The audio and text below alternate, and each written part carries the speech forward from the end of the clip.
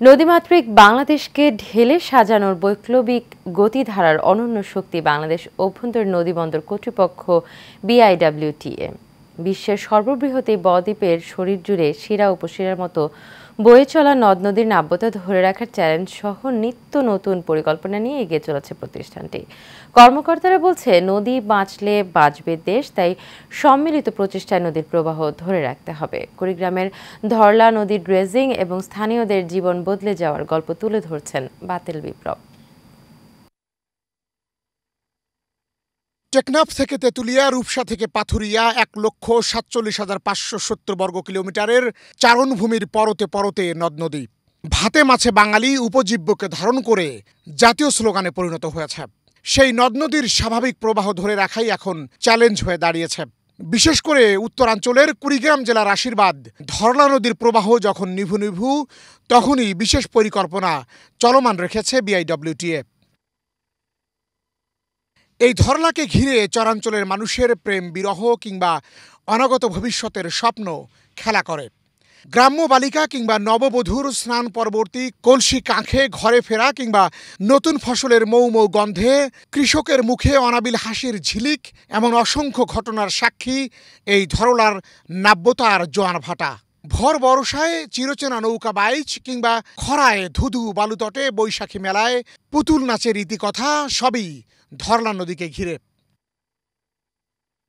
দুরন্ত কৈশোরের সন্ধ্যা নামার পর আট পৌরে জীবনে সমস্ত ভাঙা গড়ার গল্প এই নদীকে ঘিরে।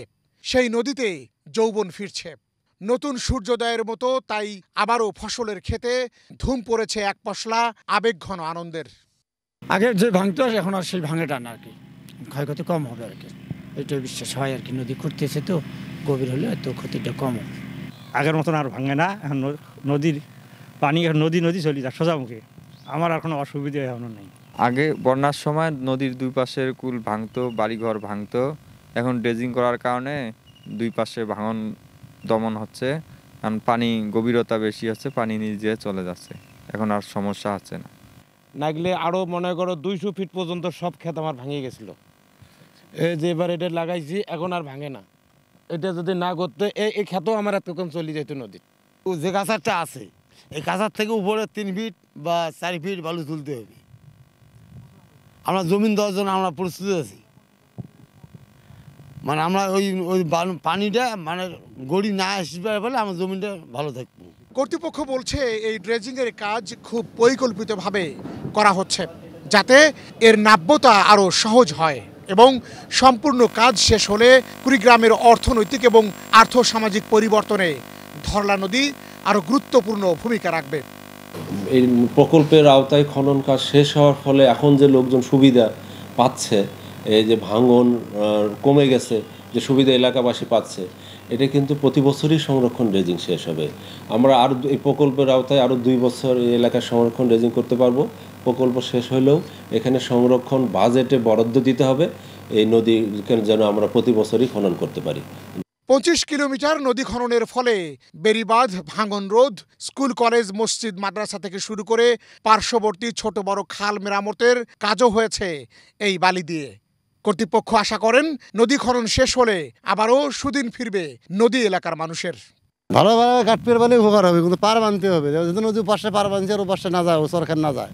এখন দেখা গেল যে আমার এই পাশে নাই, পার বাঁধা নাই, এই যে ঢুলে নিয়ে আইছি। উপকৃত হচ্ছে এই ড্রেজিং করার কারণে। আর যদি ড্রেজিংটা ভালো হতো, যদি দুই পাশে যদি কোনো বাঁধ হতো, তাহলে এই চরের লোকগুলো আসলে অনেক উপকৃত হতো। ডেজার দিয়ে মাটি কাটছে করলাম তো, যে এবার ভাঙে নেই। এবার যদি আগের 2 বছর আগেরকার মতো যদি ভাঙতো, এই এলাকা থাকতো না, তো তখন তো একবারে উঠে যেত।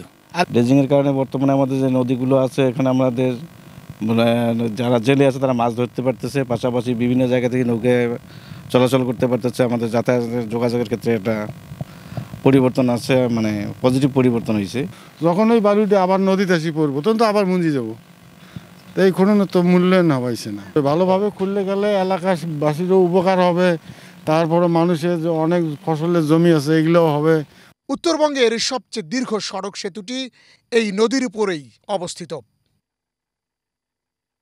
বাতেন বিপ্লব, এশিয়ান টেলিভিশন, ঢাকা।